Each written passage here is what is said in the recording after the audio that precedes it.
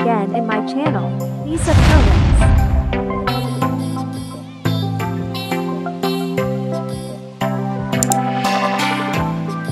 So, hello everyone. Welcome back to my channel. So, kung nakikita nyo, hindi yan bumbilya ha. Lagayan ng asukal. So, gagawa tayo today ng mano-manong cappuccino. So, i-share ko sa inyo guys paano gumawa. First, meron tayong fresh milk, coffee, sugar. So, yan lang. Now, lagay tayo ng milk. Pakukuluan muna natin yung milk.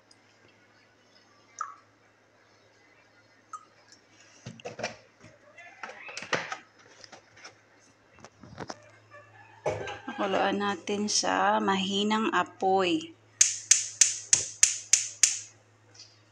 Ayan, hintayin natin siyang kumulo. Next, maglagay tayo ng coffee. But before that, teka lang ha.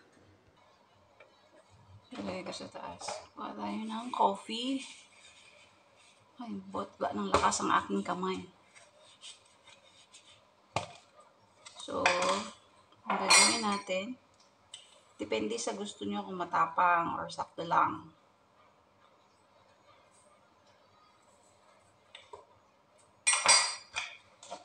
So, ano to ha? Cappuccino na manual.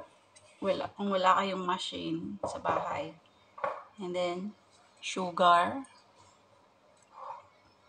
Konting sugar lang. Ayoko nang sobrang tamis. Depende sa inyo din.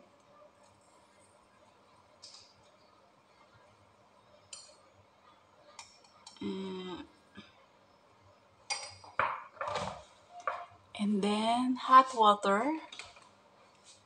Konting-konti lang yung mabasa lang talaga yung kape at asukal.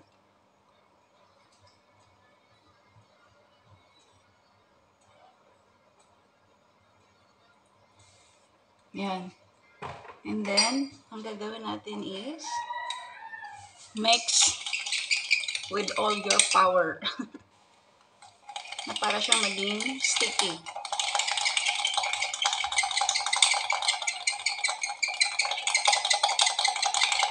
Para matunaw yung kape tsaka asukal, mix lang natin ng tubo-tubo guys. Dito sa paggawa nito, ubos-ubos lakas. So kapag wala kayong machine, gusto nyo gumawa ng cappuccino, ganito lang. Pero make sure na hindi mababasag yung baso ha. So ayan siya. Look. Diba? Ayan ano, nakikita nyo nagbabubbles. Taksan natin ng konti. Kaya mag-focus ng kurimaw kong camera.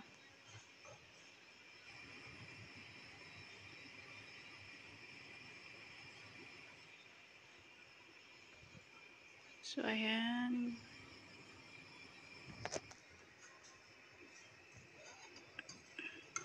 Mix ko lang kasi. Nakita nyo siya oh. Yan, dapat na ganyan. Parang siyang nag-ano. Once nag-bubbles na.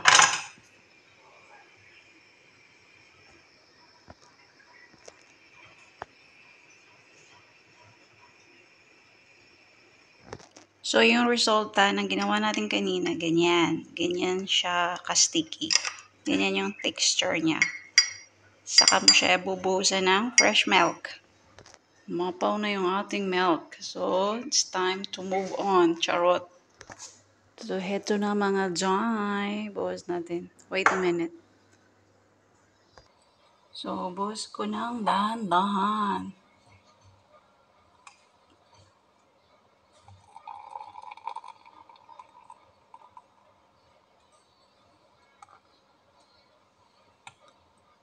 Ta-da! Our cappuccino for today.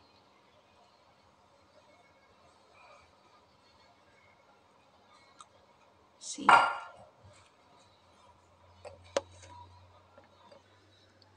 That cappuccino.